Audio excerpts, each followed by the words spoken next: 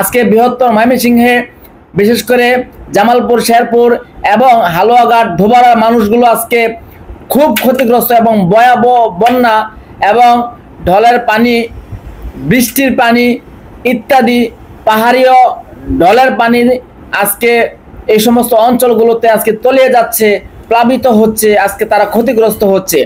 আজকে আমরা দেখতে পাচ্ছি না কোনো মানবতার ফিরওয়ালা তাদের পাশে দাঁড়ানোর জন্য। আসসালামু আলাইকুম ওয়া রাহমাতুল্লাহি ওয়া বারাকাতুহু। বাংলাদেশের মানবতার ফেরিওয়ালারা আজকে কোথায়?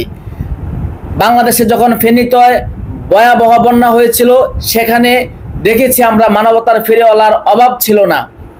কিছু কিছু মানবতার ফেরিওয়ালা তারা লোক দেখানোর জন্য, তারা ভিউ কামানোর জন্য, ডলার কামানোর জন্য তারা সেখানে গিয়েছিল, ভিডিও করেছিল এবং সারা বাংলাদেশের মানুষ, সারা বিশ্বের মানুষ জেনেছিল যে ফেনীতে ভয়াবহ বন্যা হচ্ছে। আজকে বৃহত্তর ময়মনসিংহে বিশেষ করে জামালপুর, শেরপুর এবং হালুয়াঘাট, ধোবাড়ার মানুষগুলো আজকে খুব ক্ষতিগ্রস্ত এবং ভয়াবহ বন্যা এবং ঢলের পানি, বৃষ্টির পানি ইত্যাদি পাহাড়ীয় ঢলের পানি আজকে এই সমস্ত অঞ্চলগুলোতে আজকে তলিয়ে যাচ্ছে, প্লাবিত হচ্ছে, আজকে তারা ক্ষতিগ্রস্ত হচ্ছে। আজকে আমরা দেখতে পাচ্ছি না কোনো মানবতার ফিরওয়ালা তাদের পাশে দাঁড়ানোর জন্য। খুব কম সংখ্যক লোক সেখানে যাচ্ছে, সেখানে লোক যাচ্ছেই না। আমরা ছোট্ট করে দেখেছি আস-সুন্নাহ ফাউন্ডেশনের যিনি প্রতিষ্ঠাতা সেখানে কিছু ত্রাণ পাঠিয়েছেন।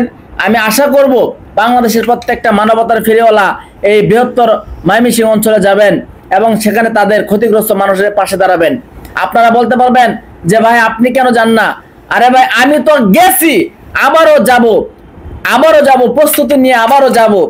গিয়ে আমরা খালি হাতে গিয়ে ওখানে কি করব? রিক্সিওর কোনো কাজ নাই। সেখানে যতটুকু কাজ ছিল মানুষকে উদ্ধার করা হয়েছে, আশ্রয় কেন্দ্রে তাদেরকে জায়গা দেওয়া হয়েছে। এখন প্রয়োজন তাদেরকে বাড়ি খাবার এবং শুকনো খাবারের তাদের প্রয়োজন, বিশুদ্ধ পানির প্রয়োজন। আপনারা যে যেখানতে পারেন তাদের জন্য বিশুদ্ধ পানির ব্যবস্থা করেন, বিশুদ্ধ পানি, শুকনো খাবার এবং ভারী খাবারের ব্যবস্থা করেন। অনেক আলেম ওলামা আস্তে আস্তে নামতেছে, অনেক আম পাবলিকও সেখানে যাচ্ছে এবং সাধারণ মানুষ যারা মানবতার আসলে ফেরিওয়ালা তারা সেখানে আস্তে আস্তে যাচ্ছে। কিন্তু এই যাওয়াটা আরো আগে যাওয়া দরকার ছিল, আরো 2 দিন আগে যাওয়া দরকার ছিল।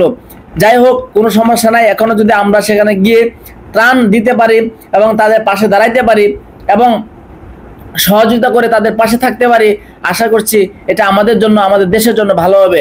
এজন্য আমি দেশবাসীর কাছে উদারতা আহ্বান করব, আপনারা অনেকের কাছে বিশ্বাস করে আপনারা অর্থ দেন এবং অথবা নিজেরা আপনারা গিয়ে সেখানে ত্রাণ দিয়ে থাকেন, সহযোগিতা করে থাকেন। আমি আপনাদেরকে একটি সংগঠনের কথা বলবো, আস-সুন্নাহ ফাউন্ডেশন এবং এ জাতীয় আরো যত সংস্থা আছে, বিশ্বস্ত সংস্থা, তাদের কাছে আপনারা দেশ বিদেশ থেকে অর্থ পাঠাইতে পারেন এবং তারা সে উদ্যোগ নিয়ে তারা সেখানে ত্রাণ দিবে এবং সহযোগিতা করবে। আর পার্সোনালি যদি আপনি গিয়ে তাদেরকে সহযোগিতা করতে পারেন তাহলে আরো ভালো হয়। কিন্তু এখন দরকার এই শেরপুর, জামালপুর, নালিতাবাড়ি, হালুয়াঘাট, ধোবাড়া মানুষগুলো আজকে খুব ক্ষতিগ্রস্ত, ভয়াবহ বন্যায় ক্ষতিগ্রস্ত। তাদের পাশে আজকে দাঁড়ানো দরকার। দয়া করে, মেহরবানি করে বেশি বেশি করে ভিডিওটি শেয়ার করবেন, প্রত্যেকের কাছে যেন ভিডিওটি পৌঁছে।